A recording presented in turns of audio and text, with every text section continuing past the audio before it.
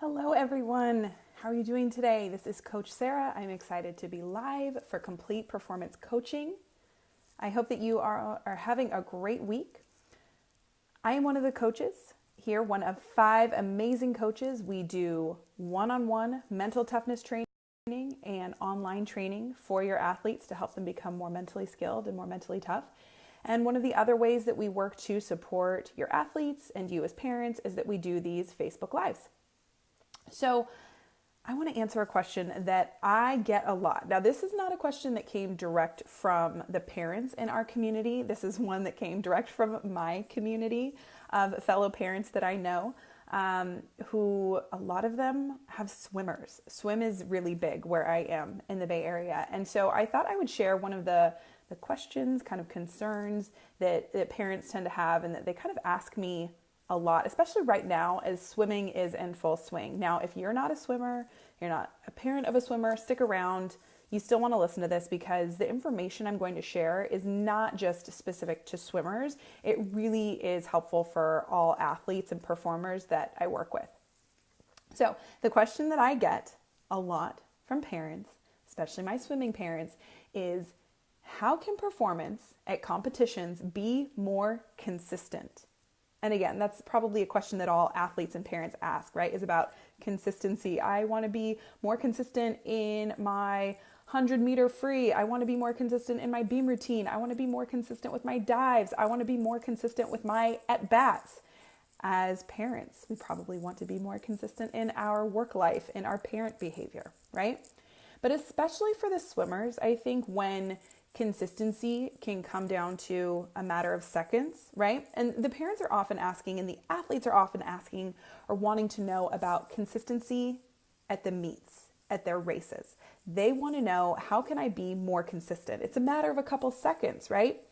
But when it's 110 versus 112, those 2 seconds are pretty important and mean a lot.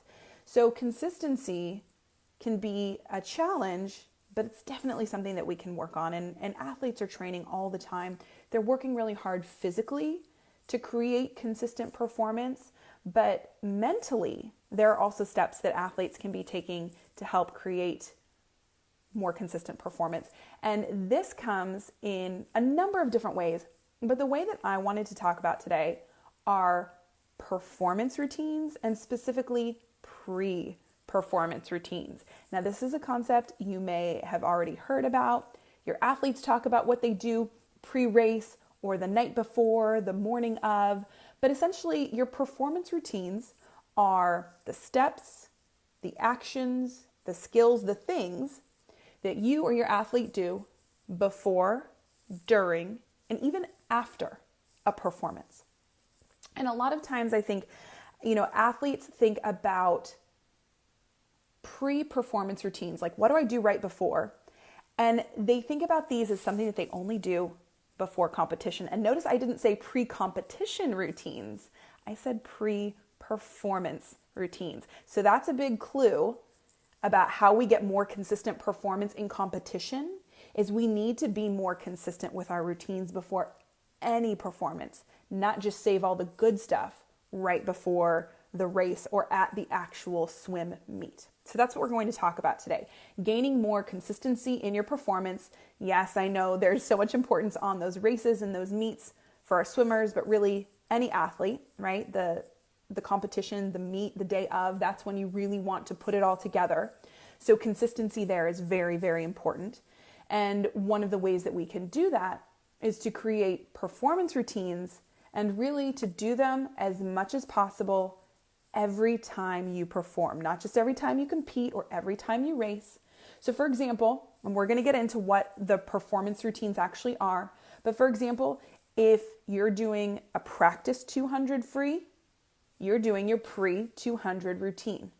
It's going to be very similar to the pre-200 routine that you do on race day, okay? And you might even have a post routine. It's not always as realistic that we can do those in a practice versus a competition, but the way that we gain more consistency in our performance on race day or meet day or competition day is to create these routines and to do them in practice as well as in competition.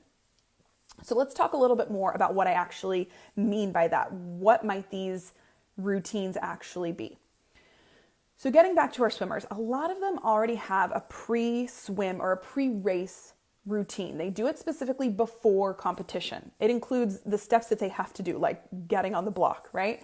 But a lot of times it also includes shaking it out. They put their goggles on. So some of these are very practical steps that they need to do. Some of it, it's the stretching to help get them warm and limber. I had one swimmer who liked to spit before she swam. She's like, it makes me feel really tough and ready. So everyone has sort of their own elements that they do as part of their pre-swim routine. Some swimmers come to work with me and they've already got some mental skills elements to their pre-swim routine. Maybe, they take a breath to stay calm. They focus on their goal, whatever it might be. So chances are all of our swimmers, all of our athletes have something that they do as a pre-competition routine.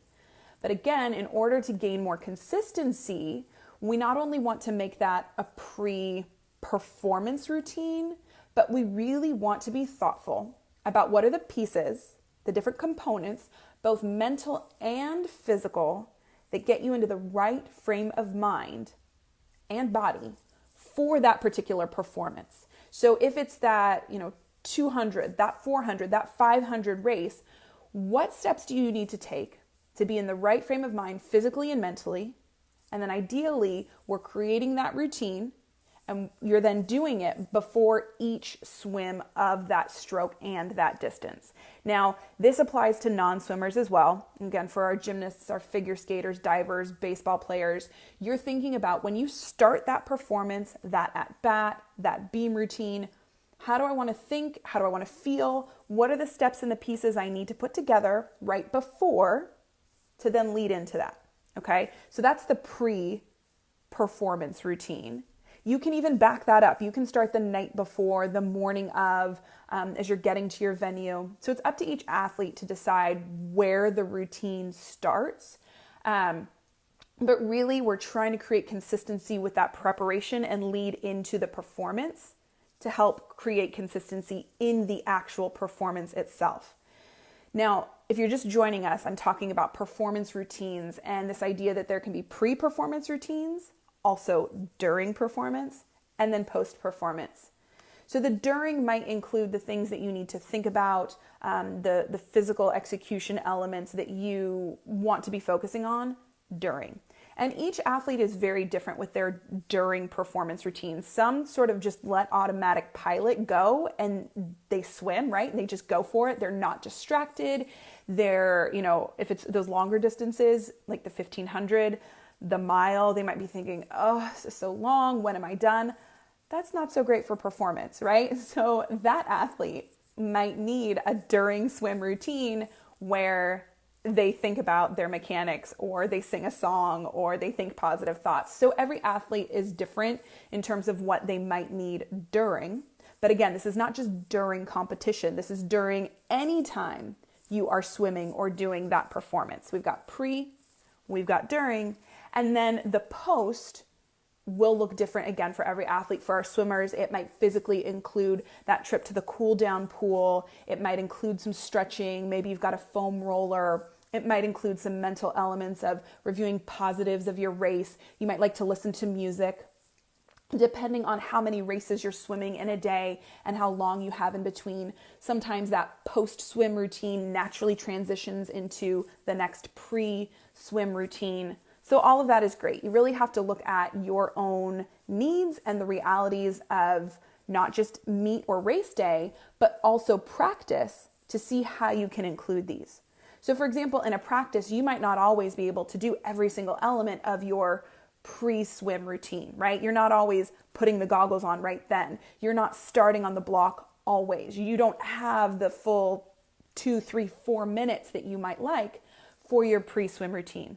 So pick the elements that you can do in practice, again, to create as much consistency as possible. But obviously, you have to work with the realities of the situation.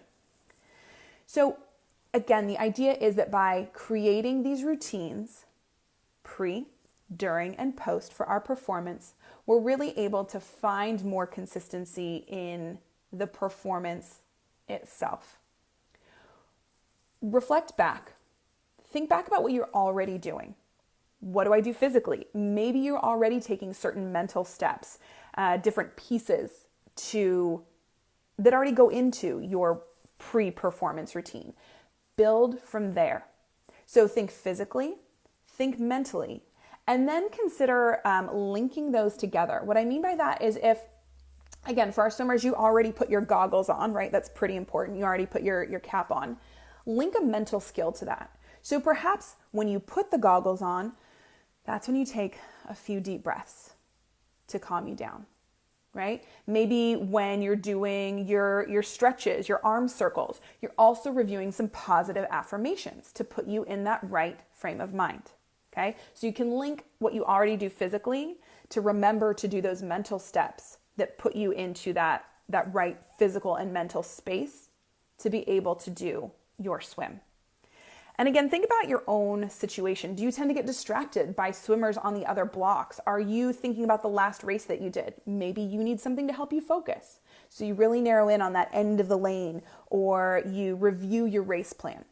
Think about what you need pre-swim to help you. And again, we're talking a lot about competition, but this is not just for competition. Part of how we create that consistency in performance at competition is to have more consistent preparation leading into the competition or performance swim, as well as all of those other swims, all of that training that you're ultimately doing. And then once you've done that, you're ready to go. You're ultimately ready to perform.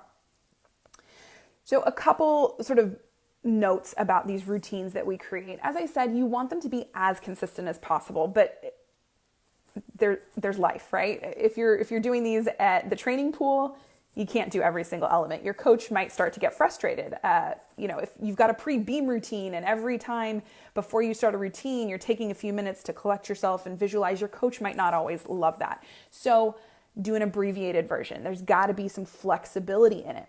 Similarly, if you're at a swim meet, we know they take a long time, right? You might get a little distracted by the clock and think, oh, I've got plenty of time till my next race. And then all of a sudden you realize the heat before you is going, you didn't do all of the warming up that you wanted to do. Know which elements are most important, okay? We don't want to get so locked into these routines that they ultimately become stressful for us. It's something that is meant to help you. So know what you can do if you find yourself with more time, right? You were really efficient with that pre-swim routine. You don't want to now get distracted by other things. You need to have more plans for yourself. Or if you find that, again, you're limited on time, what do you ultimately take out of that routine so that it's still helpful for you? So again, we've talked pre-performance routine. During is usually the thoughts that you want to have. What are you planning to say to yourself or to think about to get through that particular swim or event the way that you want to? And then post, what is it that you're doing? And especially for our swimmers who have a lot of time in between, that post-swim routine can include things like listen to music, hang out with friends, joke around. You don't always have to be on, so to speak, because you've got plenty of time to get back into your swim routine. So don't feel bad. Obviously, don't go too wild. Don't distract other people. Don't be disrespectful to your fellow swimmers. But, you don't always have to be 100% focused. That's actually not super helpful for you. And again, if you're swimming a relay, your pre-swim routine might be different than what you do on an independent event.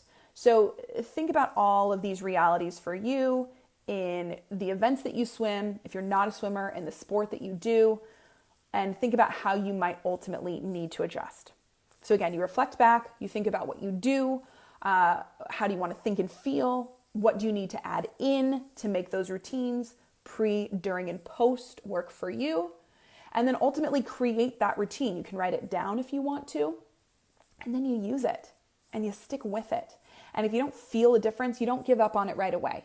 If you're feeling after a while, a couple weeks, like, this one piece, it's not working. I don't feel great about it. It's kind of, clunky, so to speak. You ultimately can change. You can adjust your routine. But again, the way we get more consistency is to be consistent with the preparation. So if you're adjusting something every week, it may not have the intended effect. Now, you can change things. For example, if you like to do imagery, you like to visualize your race, obviously that changes, right? That changes for each and every race that you do. However, the imagery is the consistent piece. So, the positive thinking is the consistent piece. What you say might vary from race to race or based on what you're needing to do. So there can be flexibility in the elements, but it's the consistency in the routine. It's going to help lead to that consistency in the performance. And like I said, remember to have both physical and mental pieces. Chances are our athletes already have the physical parts down. It's the mental piece that we want to add in and then link those together so that you ultimately remember them. And these routines, they can change, but again, try and really figure out what works, be consistent, and remember that these are performance routines, not just competition routines. So don't just save them for competition. Yes, they're great, but if you really want them to be as impactful as possible, you need to be practicing them at practice, right? You don't just learn your stroke and then save it for the competition pool. You don't just, crack that home run once at practice. You're like, I'm good. I'll just save it for the game. You don't, hit your series on beam and then you're like, I'm good. I don't need to practice anymore. Same thing with your mental skills and same thing with your performance routines.